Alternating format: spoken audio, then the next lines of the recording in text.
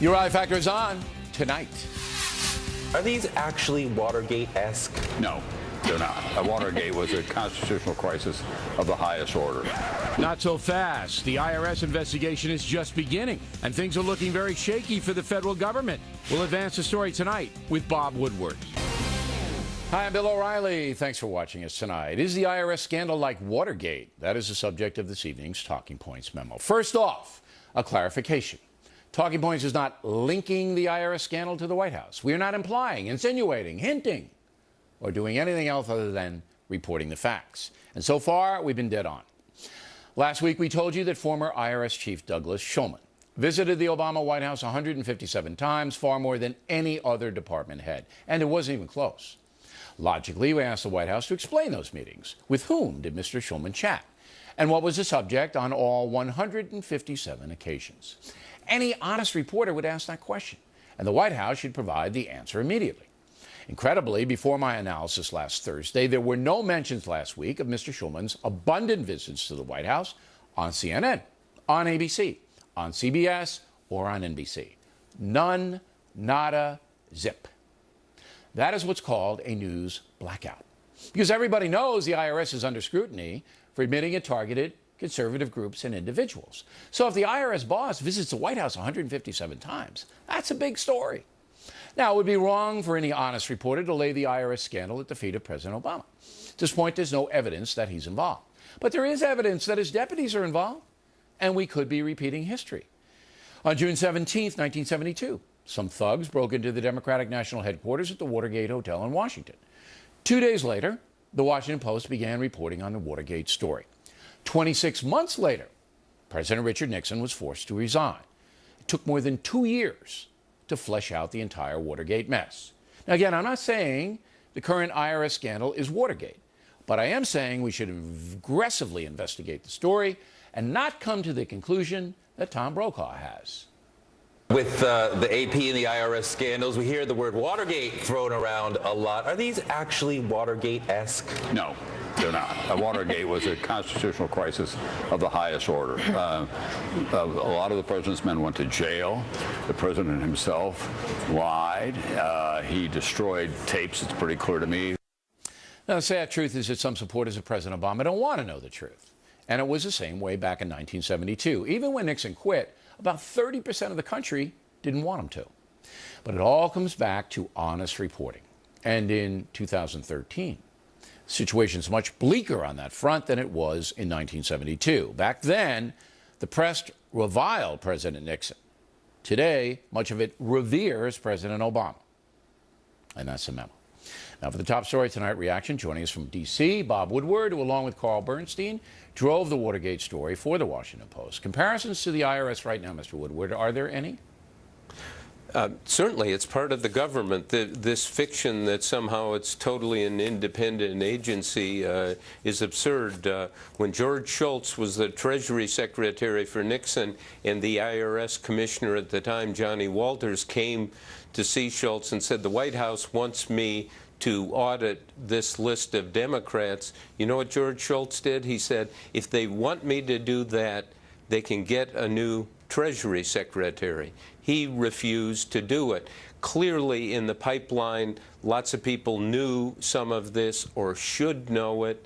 And I agree, this needs to be investigated. But you know who should lead the investigation? President Obama in the White House put out his version of all of these things.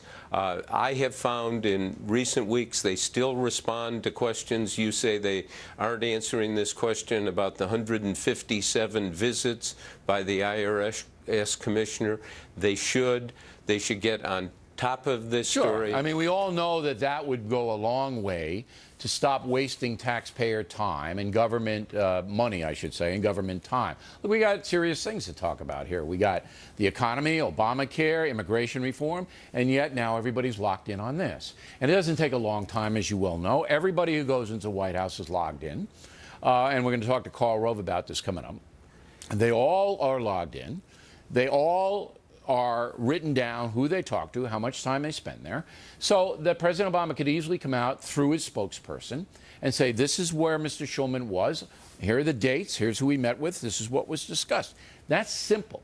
The fact that the president doesn't do it should raise the curiosity of every reporter, Mr. Woodward, every reporter. Yet, as I said, the major network news on television ignored the story last week in its totality. It's amazing. Well, I'll put in a request on it, and I have found them responsive to these things. And as I've said, they're not yet in the bunker. That the answers are forthcoming. Sometimes it takes a long time. But here's why they're not doing it, in my opinion, with all due respect, because there's no pressure on them to do it. This is a totally different environment than when you and Bernstein were running around.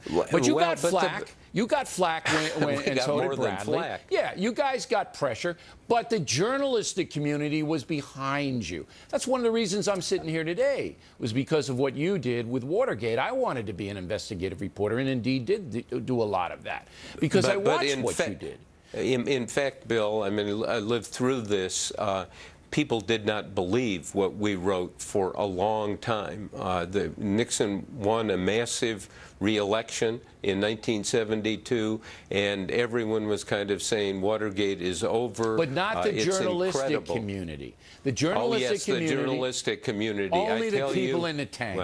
Well, you know that. Only the people in the tank. The other people. Well, you were kicking the New York Times' butt, so they were playing catch-up. But when you had a revelation, it got out. Now, I don't know if there's a desire to know. I really don't. On the part of the establishment there is, because much hangs in the balance here. Not just the reputation of the news media for aggressiveness and some form of neutrality, but the whole relationship that the White House and the government has with the public about trust. And you know there is deep, deep suspicion about this White House in many quarters, and it isn't just from your network or the right wing or the conservatives. Lots of people are asking questions. That's right.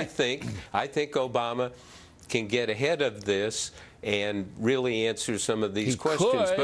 But if he takes the position, oh, this is all politics and this is a sideshow, as he has. No, but there's one other element there. If he gets ahead of it, as you're encouraging him to do, and so am I, he's got to fire a few people, and he don't want to do that.